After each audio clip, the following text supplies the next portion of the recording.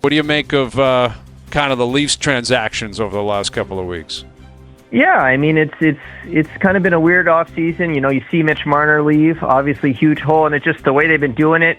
Actually, I think some pretty good bets. You know, a guy like Matias Michelli. We just see Dakota Joshua coming in here, Nicholas Waugh, and it feels like, you know, they're building a better bottom six here.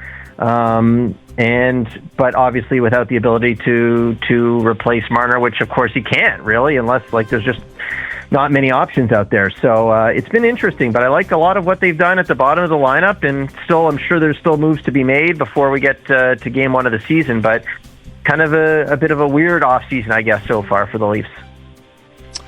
What would you make that third line look like if you could run the team? I don't know. I'm certainly intrigued by the possibility of Nicholas Waugh and Dakota Joshua together, the size they would have, the ability to play physically and to kind of soak up. You know what, you guys are talking coming in about how, you know, Austin Matthews, what kind of season he's going to have, who he's going to play with.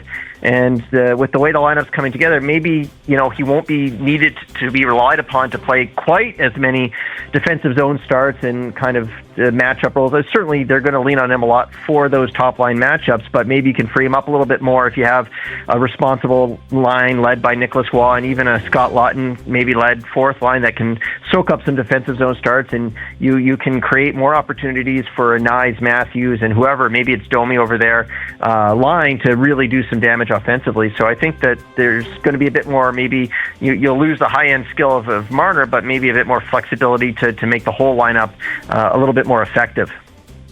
Yeah, that's going to be the question. Like, again, we're focusing so much on depth players, and they're important. But, what we just stumbled across is ultimately what's going to determine what happens here, Mark. And you've been around Matthews his whole career. How do you expect him to handle the absence of Marner? I think he'll handle it fine. I mean, the big question is health. He says he's going to be healthy, right? That's what he said at the locker cleanout day, assuming he's back to being the guy who's a Hart Trophy candidate, 60-plus goal scorer. I expect him to be fine playing with Matthew Nyes, whoever's over there, as you said. If anything, I imagine he'll be emboldened, to take even more ownership. He got the C last summer. Now Mitch Marner's gone. I mean, just kind of take control, do your thing. I expect him to come back with a vengeance next season and just be even more motivated to do his thing. He's the best goal scorer that we've seen in this generation. So huge expectations for him next season. I imagine he's going to meet him. Mark, if Craig Berube called you up this summer, and maybe he has already, could happen, or he texted you, and he said, who do you think I should play on that right side with Matthews? Because you and I both know he didn't like, and maybe hate is too strong, but he was pretty much against playing Nylander with Matthews really like the entire year, even in the playoffs when Marner Matthews wasn't really working. So if he called you and he said, who should I play there? Who is it?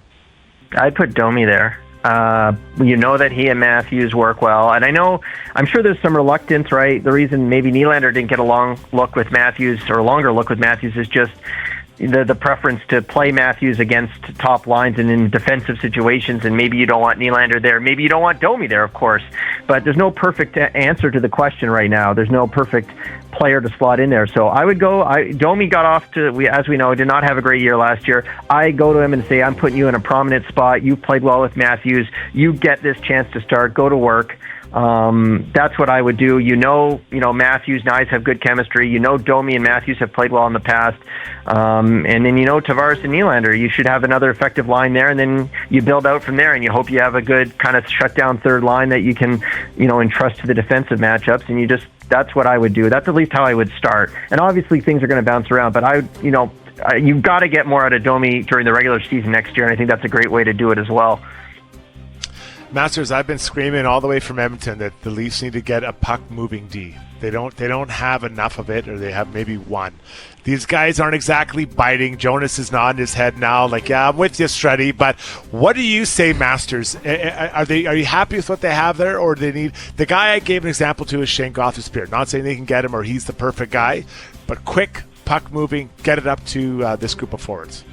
Yeah, I mean, Brad Treliving acknowledged that in his postmortem of the season, is that they'd like a little bit more of that element on the back end. It's just everyone's kind of locked in on the defensive side, and they focus so much on trying to fill some holes up front that it's kind of been a forgotten thing. Like, everyone's locked in there. A lot of questions about Morgan Riley. He's obviously got the no-move clause. Maybe he gets a bounce back. I suspect he'll be back on the top power play unit with Marner moving on as the quarterback. We'll see. Obviously, he's been there in the past. Maybe you can, with 1 year under his belt with Craig Berube's system, he'll be a bit more comfortable and can just, be more of himself. It's a question mark for sure, but they have lacked that, and it doesn't look like there's an easy answer to that question either.